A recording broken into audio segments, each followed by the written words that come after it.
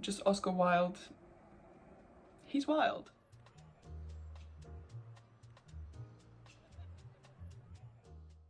Hi everyone! Today we are going to be discussing a few books that I think are very easy to get into if you want to get into the classics genre, even though I wouldn't really consider classics to be a genre because there are classics in every separate genre, but yeah. So these are the books that I have chosen today. To my qualifications as to how I'm able to just make these claims. First of all, English is not my first language. It's not even my second language. It's my third language. And I was able to read these books just fine. Some of them are in English, some of them are not.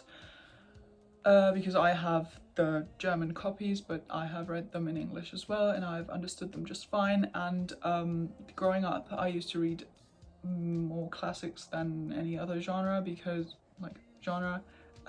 just because they were they were widely available, and because they have no copyright restrictions anymore, because most of these are pretty old.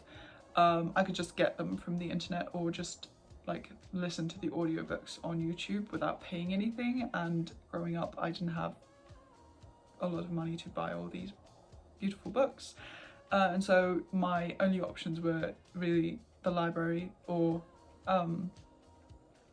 trying to get audiobooks from YouTube.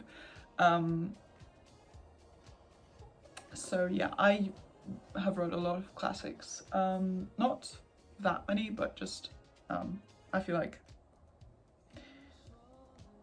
in comparison to other people my age, which just sounds ridiculous, so we're just gonna continue on with the video.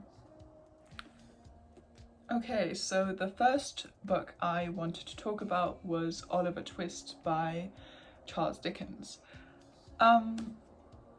This is the German copy, but same name, same title, same everything. So if you want to get it in English. Charles Dickens, in the entirety of his novels or anything that he has written, I wouldn't say you should start with any Dickens, but this one is one you should start with if you want to get into classics.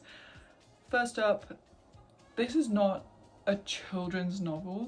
He didn't intend this to be for children. Dickens didn't write for children. He wrote for adults, but he did write about children, or yes, about this one child. And I think everybody at least kind of has a grasp on what Oliver Twist is about, and a lot of people watched the movies. There are a gazillion adaptations of this book, so I think everybody knows kind of what it's about, and reading this, it's fairly easy. It's not too that old way of describing things, and usually Dickens is very much into a lot of description and a lot of fancy descriptions, but this book is fine, I would say. It's still Dickens, but it's not unreadable Dickens, or just hard to read. Plus the topics are very interesting. It's a pretty fast-paced book. It's not he doesn't delve into details as much as he does in other books like Great Expectations or something. So I very much recommend this if you want to start getting into the classics genre. Again, it's not a genre, I don't know what to call it, into classics in general. In general, I'd say start with children's literature classics, so Alice in Wonderland and Peter Pan and The Secret Garden. Like those are very, very easy to get into. They're very short usually, and they're interesting, they're fun, they're mostly like fantastical stories. And again, you mostly know the overall story because you've just heard like bits and pieces, or like seen a movie, because adaptations are everywhere. So my number one tip is start with children's classics and then move your way up. So I'd say this is like a middle grade maybe, because there are some kind of gruesome things happening in this book, but yeah, it's still, you can read this as an adult. Obviously I'm adult. I've read this quite a while ago though, so maybe I need to reread this.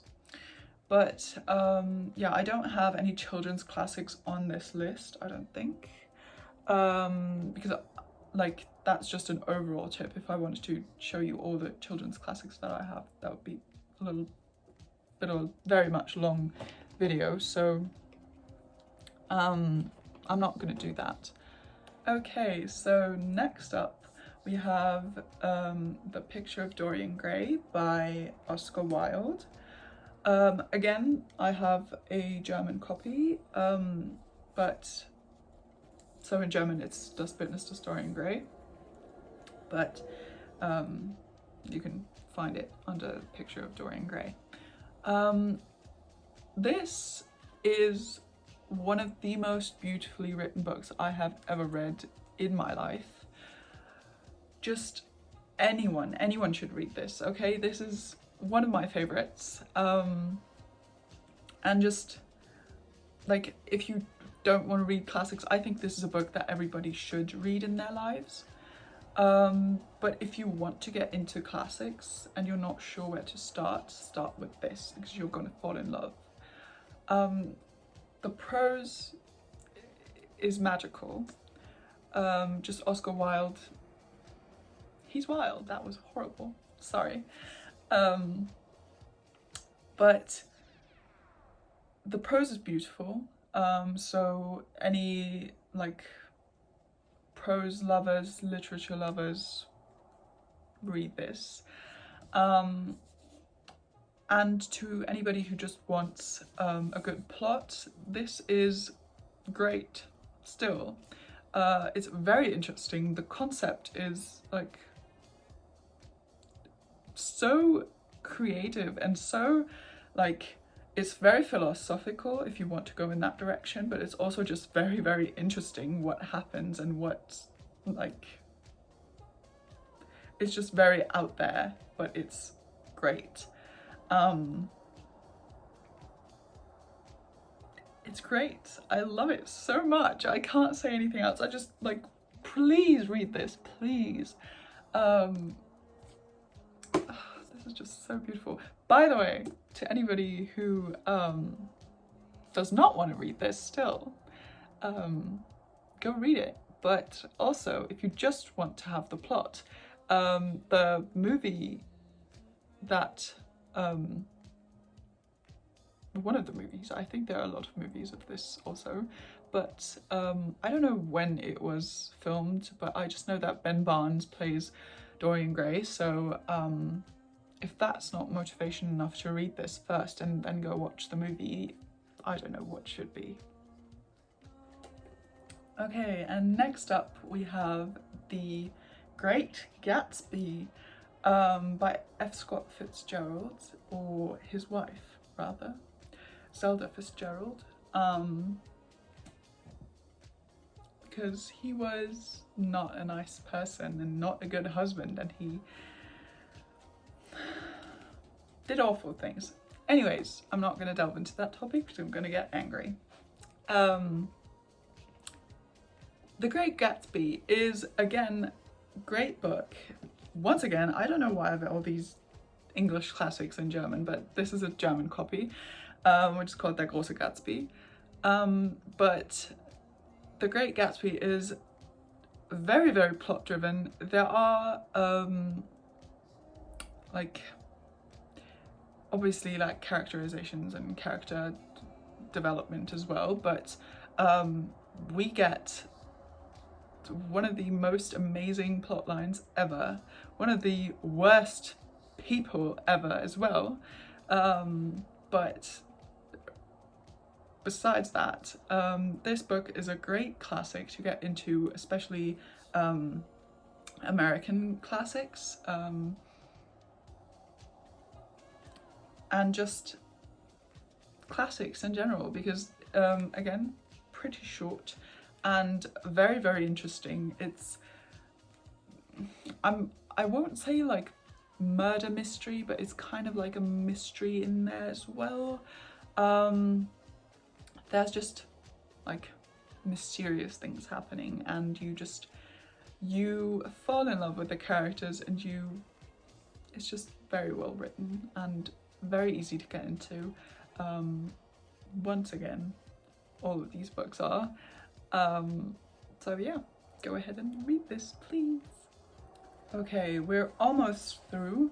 The second to last book I have here is The Catcher in the Rye by J.D. Salinger. I feel like I can't say much about this book because I feel like everybody and their mom has read this book already. So I don't know how much of a recommendation this is going to be. But just read this. It's like, look at it. It's so skinny. Is it 150 pages? It's almost 200 pages, but it's really, really a very quick read. The German edition is Der Finger am Roggen. So easy breezy, just like, this is just something you can say, like, or it would be if not everybody had already read this, because people seem to read this left and right in high school. But just in general, very easy read, quite interesting. It's weird, it's very weird, but it's interesting nonetheless. At the very least, you can one-up a pretentious, like, F-boy who just wants to, like, who just thinks he's better than everyone because he has read one classic who everybody has read, because you read it as well. Yeah, just read it if you want to get into classics a little bit. If you don't. Like, it's not, I wouldn't consider this something that everybody should have read in their lives, but like, it's easy. You can say you've read it. Might as well read it. That's all I have to say about that. Okay, lastly, one of the ones that I have very recently read is Dracula by Bram Stoker. First of all, I think this is Neuschwanstein Castle on the cover. No idea how the publisher got the idea to put that on here, because this has nothing whatsoever to do with Bavaria. Obviously, this takes place in Transylvania or Romania.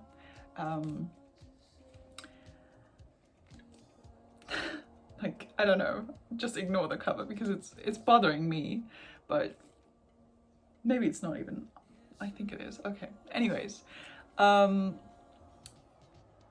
Dracula, I thought this was gonna be one of the, like, very dry and boring classics out there, which I don't like to read. My professors are trying to get us to read Middlemarch.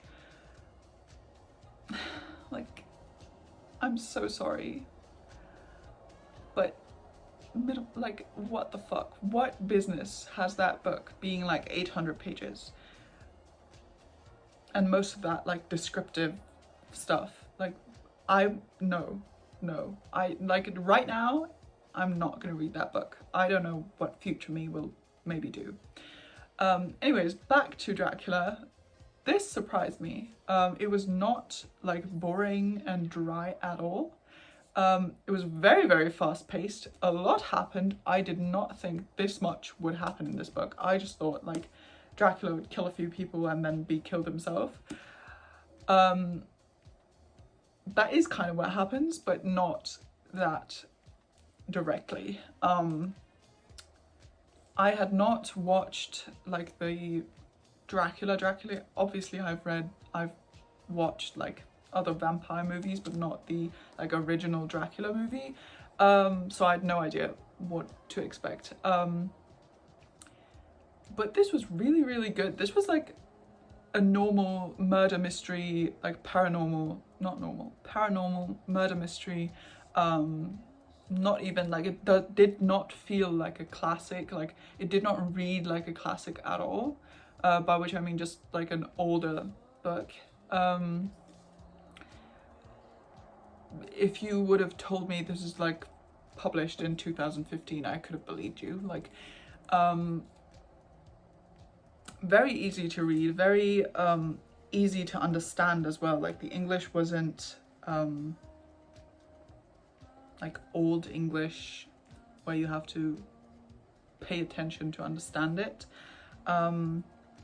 There were no like intricate 2-page long sentences either, so it was very, very easy, very interesting, very fast paced, and not like, it's not that thin, but it's also not, okay, it's almost 400 pages, excuse me. Yeah,